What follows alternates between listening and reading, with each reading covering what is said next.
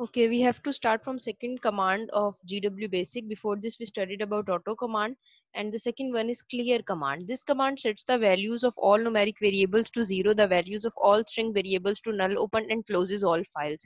तो clear command क्या करती है कि जब कभी भी आपने अगर आपने अपनी input screen पर working की हुई होती है and you want that you have to clear all the working which you have done, simply you have to write CLEAR clear. Okay आप क्लियर का वर्ड लिखोगे तो जो आपकी स्क्रीन है उसके ऊपर जितनी आपने चीजें पहले से इनपुट्स की हुई हैं, पहले रिजल्ट आ रहे हैं, कोई प्रोग्राम लिखा हुआ है, कुछ भी लिखा हुआ है, तो वो सारा क्लियर हो जाएगा. ठीक है, एग्जांपल है the adjoining figure shows the effect of clear command. यहाँ आप देख सकते हैं फिगर नंबर 2.6 में that the working of clear command. पहले x is equal to 100 लिखा हुआ था, 100 स्क्रीन पर प्रिंट करवाया हुआ था उसने. उसके बाद जब क्लियर की कमांड लिखी है तो आप देखें यहाँ पर नीचे आपको कोई भी वैल्यू नजर नहीं आ रही. ठीक है,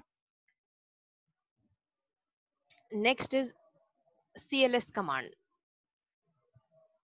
अच्छा, एक इसमें क्लियर कमांड में एक इंपॉर्टेंट बात यहाँ पर CLS और क्लियर कमांड का डिफरेंस बहुत इंपॉर्टेंट है, ये आता है. क्लियर कमांड क्या करती है कि आपने जितनी भी न्यूमेरिक वैल्यू दी हुई थी, जैसे आपने यहाँ पर लिखा हुआ था x इज इक्वल टू 100, आपने x को प्रिंट करवाया हुआ था तो 100 आपकी स्क्रीन पर नजर आ रहा था. जब आपने क्लियर लिखा तो यहाँ पर आपको 0 नजर आ रहा है. तो क्लियर कमांड ने बेसिकली किया क्या कि जो न्यूमेरिक वैल्यू स्टोर की हुई थी ना, उन सारों को क्लियर कर दिया. यहाँ पर उसने जब दोबारा प्रिंट x लिखा तो यहाँ पर 100 प्रिंट होने के बजाय 0 प्रिंट हो रहा है. तो उसने क्या किया, न्यूमेरिक वैल्यूज को क्लियर कर दिया.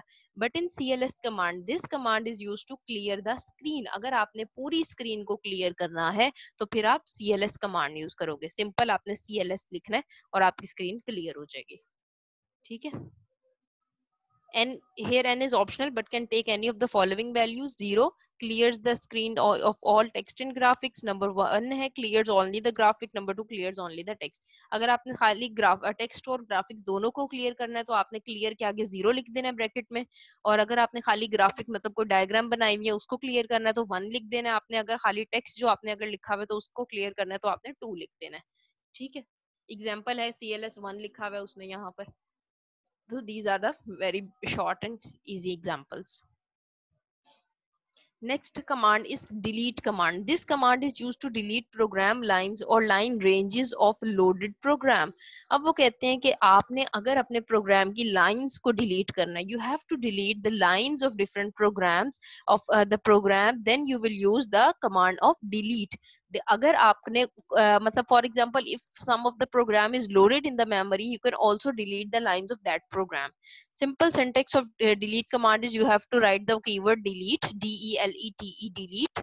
उसके बाद लाइन नंबर आपने बताना है लाइन नंबर 1 कहाँ से डिलीट करना है और डैश का साइन उसके बाद लाइन नंबर 2, मतलब जहां से स्टार्ट करना है डिलीट करना और जहां तक डिलीट करना है वो आपने बता देना है. ठीक है, एक तो सिंटेक्स ये है. Next syntax is delete line number 1 और आगे डैश आपने डाल देनी है, मतलब उसके आगे end of up till end of the program आपकी जितनी लाइंस होंगी वो सारी डिलीट हो जाएंगी. Next example you can see of delete command, delete 70. So delete 70 means that it will delete line number, only it will delete line number 70. Next example is delete 50 to 150. तो फिर वो क्या करेगा, डिलीट कर देगा line number 50 through line number 50. 50 को भी और 150 को इंक्लूसिवली, इन दोनों को इंक्लूड करते हुए 50 से लेकर 150 तक लाइंस आपकी डिलीट हो जाएंगी. डिलीट डैश का साइन है और 80, तो deletes all lines from startup to including line number 80. अब जहां से फॉर अगर आपने 10 से फॉर एग्जांपल शुरू किया, 20 से शुरू किया, जहां से भी आपने प्रोग्राम लिखना शुरू किया था वहां से लेकर लाइन नंबर 80 तक, मतलब 80 इसमें इंक्लूडेड है, यहाँ तक आपकी लाइंस जो है वो डिलीट हो जाएंगी. उसके बाद है डिलीट 120 और डैश, तो delete all lines from line 120 to the end of the program. जैसे कि यहाँ सिंटेक्स की एग्जांपल भी दी हुई थी, डिलीट लाइन नंबर 120 भी डिलीट हो जाएगी और उसके आगे एंड ऑफ द प्रोग्राम जहां तक आपने प्रोग्राम लिखा हुआ है वहां तक की लाइंस आपकी डिलीट हो जाएंगी. ठीक है, next command is edit command. This command is used to modify a line number. आपने अपनी प्रोग्राम के लाइन नंबर को अगर मॉडिफाई करना है, मतलब कोई चीज आपने लिखी थी उसके बाद आपने उसी लाइन पर चेंजिंग करनी है, तो फिर आप एडिट की कमांड यूज करोगे. ठीक है, सिंटेक्स उसने दिया हुआ है एडिट लाइन नंबर. एडिट का वर्ड आपने लिखना है, उसके बाद लाइन नंबर बता देना है कि किस लाइन पर आपने एडिटिंग करनी है. ठीक है, और एडिट का वर्ड एक लिखा हुआ है, दूसरा सिंटेक्स है एडिट और डॉट का वर्ड यूज कर रहे हैं. तो डॉट क्या करता है, जो करंट लाइन नंबर होगी, जो जहां पर आपका प्रोग्राम अभी चल रहा है वहां पर उस लाइन पर आपकी एडिटिंग स्टार्ट हो जाएगी. इंटरप्रिटेशन है line number is the number of program line which we want to edit. The period dot refers to the current line, मतलब करंट जो लाइन आपकी चल रही होगी वहां से लाइन आपकी एडिटिंग वहां स्टार्ट हो जाएगी. एग्जाम्पल दी एडिट 140, तो फिर क्या होगा, display program line number 140 for editing, 140 line number आपकी डिस्प्ले होना शुरू हो जाएगी और वहां पर आप एडिटिंग कर सकते हो। डॉट करोगे तो जो करंट लाइन आपकी प्रोग्राम में चल रही होगी वो उसके लिए उस पर आप एडिटिंग अप्लाई कर सकते हो। Next command is files command. These all are very important commands. Files command. This command is used to list the names of all files residing on the specified drive. अब आपकी पूरी particular आप C drive use कर रहे हो, D use कर रहे हो, E कर रहे हो, F कर रहे हो, जो भी whatsoever drive you are using, it will display, it will list all the names of file. उन drive पर जो भी आपकी list पड़ी हुई होगी files के नामों की, वो सारी आपको show होना शुरू हो जाएगी। Syntax क्या है, files का word और path name है। path name में आपने बता देना कि आप D drive use कर रहे हो, कोई डॉक्यूमेंट आपकी ने उसकी बात आपने सारी वो चीजें लिस्ट करवानी है, या कोई भी चीज आपने जो यहाँ पर आपने वो पाथ का नंबर दे देना है, ठीक है। And it is an optional parameter. खाली फाइल्स का वर्ड भी यूज कर सकते हो, इससे ये होगा कि जो ड्राइव आपकी करंटली ओपन हुई हुई है उसकी सारी फाइल्स आपकी लिस्ट हो जाएंगी, नजर आना शुरू हो जाएंगी कि इस ड्राइव के अंदर ये फाइल सेव है। Interpretation a path name is the optional parameter which if omitted the command list to all files in the current directory of the selected drive. Wildcards such as static and question mark can also be used in path name. Question mark is used to match any characters in the file name or extension, and static is used for any file name or extension. ठीक है। अब वो कहते हैं कि दो तरीके से आप अपनी फाइल्स को लिस्ट करवा सकते हैं। एक तो आपने पाथ नेम यूज कर लिया कि अगर आपने पाथ नेम ऑप्शनल होता है, अगर ओमिट कर दिया तो फर्क नहीं पड़ेगा, जितनी भी फाइल्स होंगी वो सारी डिस्प्ले हो जाएंगी करंट वर्किंग डायरेक्टरी की। दो तरीके से आप लिस्ट करवा सकते हो। दो वाइल्ड कार्ड्स हम यूज करते हैं। This is an important short question. Wild card क्या होते हैं, आपने क्लास 9th की बुक में भी पढ़ा था, चैप्टर नंबर 7 कंप्यूटर सॉफ्टवेयर में, और अब यहाँ पर GW बेसिक में भी आप पढ़ रहे हो। वाइल्ड कार्ड्स दो तरह के होते हैं, one is static and other one is of question mark. So static can is question mark is used to match any characters in the file name. अगर आपकी फाइल में आपको exactly you don't know that, you know that there are a few characters, मतलब आपको पता है कि 4 characters की आपने फाइल का नाम लिखा था और उसके अंदर से आप कोई लास्ट कैरेक्टर भूल गए, तो वहां पर आप स्टैटिक लगा दोगे उसकी जगह और बाकी अपना फाइल नेम पूरा लिखोगे। And if you don't know about the name of the file and you want to display all the files, then you will use the static. Okay, you can see the examples over here. खाली files लिखा तो जितनी भी files होंगी वो सारी list हो जाएंगी, सिलेक्टेड ड्राइव की नजर आना शुरू हो जाएंगी। अगर आपने स्टैटिक का वर्ड स्टैटिक लिखा उसके बाद डॉट डॉक लिखा, तो स्टैटिक क्या करेगा कि डॉट डॉक मतलब डॉट डॉक्यूमेंट टाइप की, माइक्रोसॉफ्ट वर्ड की टाइप की जितनी भी फाइल्स होंगी वो सारी आपको नजर आना शुरू हो जाएंगी, उनके नाम नजर आना शुरू हो जाएंगे, ठीक। उसके बाद है डी ड्राइव में डी कॉलन का साइन यूज करो और स्टैटिक डॉट स्टैटिक, मतलब कह रहे हैं स्टैटिक मतलब कोई फाइल का नाम है, डी ड्राइव की कोई फाइल है और डॉट भी है मतलब उसकी कोई ना कोई एक्सटेंशन भी है, और एक्सटेंशन भी नहीं आपको पता, that is why he is again using the static. तो डी ड्राइव के अंदर जितनी फाइल्स होंगी किसी भी एक्सटेंशन की, अब खाली वो स्पेसिफाई नहीं कर रहा कि डॉट डॉक है, डॉट पीपीटी है, डॉट एक्सएलएस है, कुछ भी वो डिनोट नहीं कर रहा, जितनी भी एक्सटेंशन की फाइल्स होंगी वो सारी आपको नजर आना शुरू हो जाएंगी। क्वेश्चन मार्क की उसने एग्जांपल दी MAR और फिर आगे आपका क्वेश्चन मार्क है डॉट XLS। अब क्वेश्चन मार्क है, क्वेश्चन मार्क क्या कर रहा है यहाँ पर डिनोट कर रहा है कि एक लेटर जो है वो यहाँ पर मिसिंग है, उसकी जगह उसने क्वेश्चन मार्क डिनोट कर लगा दिया। और XLS मतलब एक्सेल की, माइक्रोसॉफ्ट एक्सेल की ये फाइल है, तो इसकी ये MAR और आगे से ये खुद से रिकॉग्नाइज करके आपको इस फाइल की सारी फाइल्स आपको नजर आना शुरू हो जाएंगी, ठीक है। ये उसने वही चीजें दोबारा एक्सप्लेन की हुई है।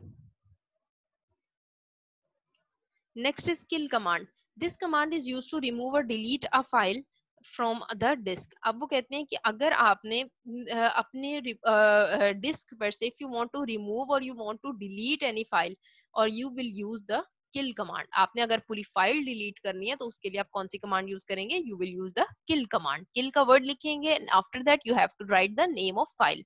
फाइल का नेम जो कि आप डिलीट करना चाहते हैं, you will write it and the particular file will be deleted. Example दिया उसने किल inventory.bas मीन्स बेसिक की फाइल है ये, और उसके बाद उसने किल दिया, किल का वर्ड यूज किया, उसके बाद पूरा पाथ उसने यहाँ पर रिकॉग्नाइज करवा दिया कि जी ड्राइव है, उसके अंदर गुड्स का फोल्डर है और उसके अंदर एक इन्वेंट्री की फाइल है, ठीक है। और डॉट स्टैटिक भी है, मतलब कोई इन्वेंट्री जो है वो किसी भी टाइप की फाइल है, मतलब विद एनी एक्सटेंशन, तो वो वाली फाइल जो है वो सर्च आउट करके वो फाइल किल हो जाएगी, डिलीट हो जाएगी। नेक्स्ट इंपॉर्टेंट पॉइंट उसने यहाँ पर लिखा, be careful while using kill command, always specify the files name extension when using the kill command, you may lose your data accidentally when using this command. वो कहते हैं कि आप अपना data you lose your data accidentally if you are using the kill command. आपने kill command का use करते हुए बड़ी गौर से अपने फाइल का नाम देना है, उसका पाथ बताना है, उसके एक्सटेंशन बतानी है कि कहीं ऐसा ना हो कि कुछ ऐसी फाइल्स डिलीट हो जाएं जो कि आपके लिए इंपॉर्टेंट थी। Okay, next command is list command. This command is used to display a loaded program partially or completely on the screen. If you want to list a program, मतलब आपने कोई प्रोग्राम लिखा, उसके आपने few lines list करवानी है कि ये मुझे नजर आना शुरू हो जाए स्क्रीन पर, तो फिर आप उसके लिए लिस्ट का वर्ड यूज करते हो या लिस्ट की कमांड यूज करते हो। सिंटेक्स इसका है, लिस्ट का वर्ड आपने लिखना है, लाइन नंबर बतानी है और कहाँ तक लाइन नंबर, मतलब लाइन नंबर 10 से 20 है, 30 से 40 है, कहाँ तक, और फिर फाइल का नेम बता देना कि ये मेरी फाइल है, इसको लिस्ट करवा दो। एक तरीका ये है लिस्ट करवाने का। दूसरा है कि आपने लाइन नंबर बता देना है और उसके बाद आपने फाइल का नेम बता देना है कि ये मेरी फाइल है, तो वो वाली फाइल और उस लाइन नंबर से आपकी स्टार्ट हो जाएगी नजर आना आपको। Interpretation in the above syntax, all parameters are optional, which if omitted, the command lists the last entered program.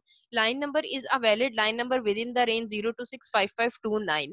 If file name is not specified with the list command, the specified lines of the last typed or modified program are listed.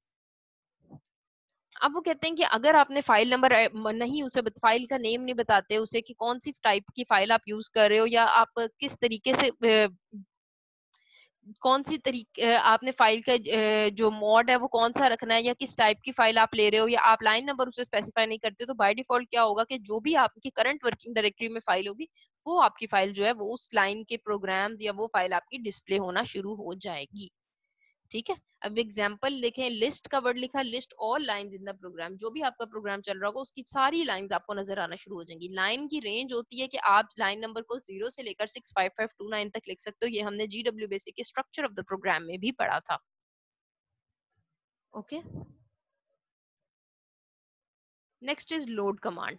This command loads a file from disk to memory. आपने अब अपने disc पर आपकी file पड़ी हुई है, मतलब आपकी कोई भी डिस्क ड्राइव हो सकती है, उसके अंदर आपकी फाइल पड़ी हुई है और आपने वो मेमोरी में लाकर लोड करवानी है, तो फिर आप उसके लिए लोड का प्रोग्राम यूज करते हो। ठीक है, लोड का कमांड यूज करते हो। सिंटेक्स है लोड, उसके बाद फाइल का नेम है और आर दिया हुआ है। आर क्या होगा, इसमें ये ऑप्शनल पैरामीटर है आपका। इसका आर का बेसिकली मतलब होता है फाइल को आपने या प्रोग्राम को आपने रन करना है।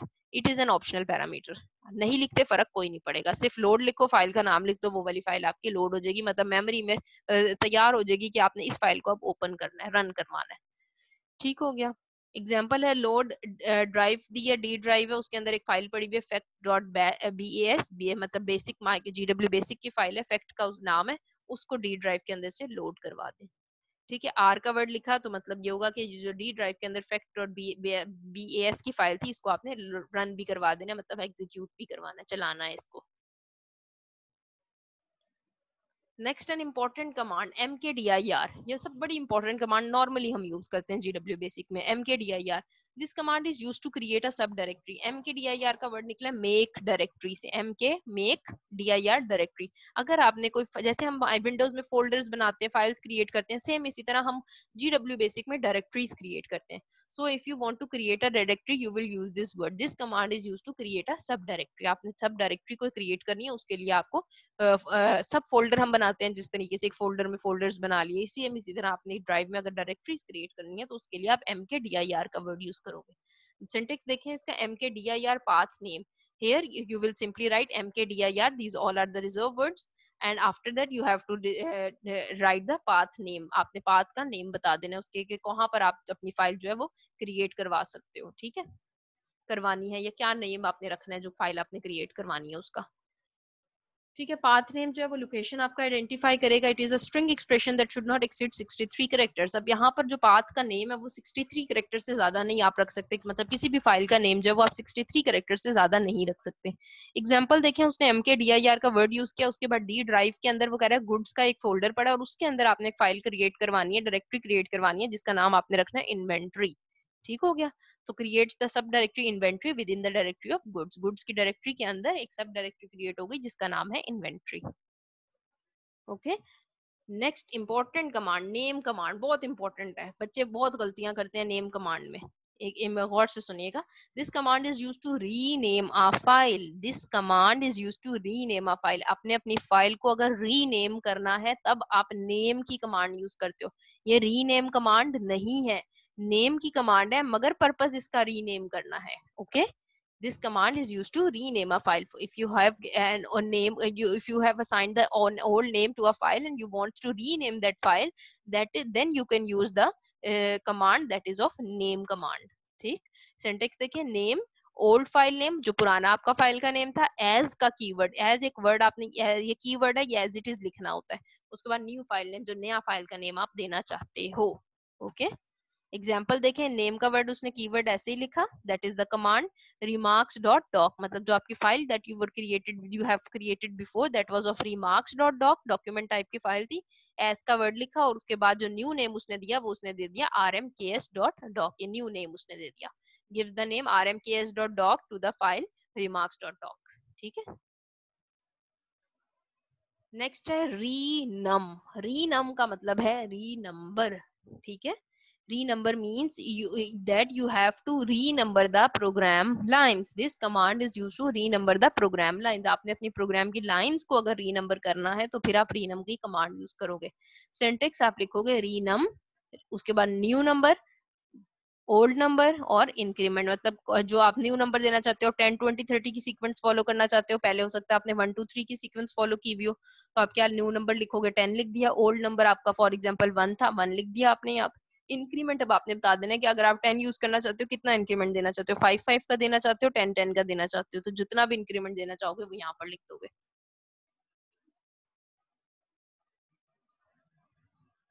ये देखें रीना में खाली अगर आगे ये पैरामीटर्स ऑप्शनल हैं, ये नहीं लिखे तो फिर क्या होगा, assigns new number to the whole program if different starting from line number 10 with the default increment of 10।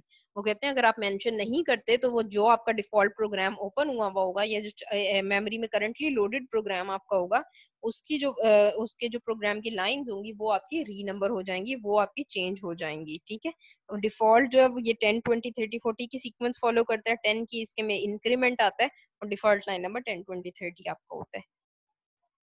ठीक है, नेक्स्ट उससे 150 70 50, मतलब 150 जो है that is your new number, जो 70 था that was your old number and 50 is the increment. तो 150 200 250 इसकी सीक्वेंस उसने फॉलो करवाई है।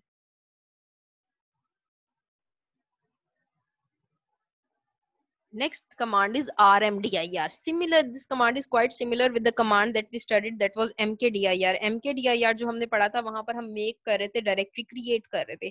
Now rmdir is denoting that you have to remove the directory. mk means make the directory, rm means remove the directory. This command is used to remove or delete a directory from the disk. आपने अपने disc में से अगर कोई file या directory remove करनी है उसके लिए you have to use rmdir command। ठीक है, तो rmdir का वर्ड लिखोगे और उसके बाद पाथ का नेम दे दोगे, पाथ बता दोगे कि कौन सा पाथ आपने यूज किया है यहाँ पर, या कौन सा आप फाइल का नेम क्या लिखना चाहते हो। ठीक है, the path name is the path of an existing directory which should not exceed 63 characters. The directory to be deleted must be empty, otherwise an error message will appear. मतलब जो directory होती है उसके अंदर कोई फाइल नहीं पड़ी हुई होनी चाहिए, तो that file will be deleted. Okay, example दिया उसने, डी इन्वेंट्री की जो फाइल है उसको उसने डिलीट कर दिया।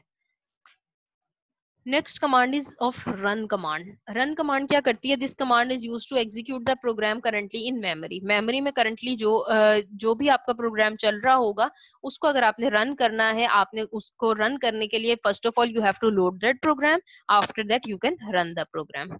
रन लिखना है, फाइल का नेम लिखना है और उसके बाद आर का वर्ड यूज करना है, इस तरह भी कर सकते हो। और अगर आपने स्पेसिफाइड लाइन नंबर्स को रन करवाना है तो फिर आप लाइन नंबर लिखोगे और आर का कीवर्ड यूज करोगे। यहाँ पर ऑप्शनल पैरामीटर होता है ये आर का, तो वो वाली फाइल आपकी रन हो जाएगी या वो प्रोग्राम की लाइंस रन हो जाएंगी।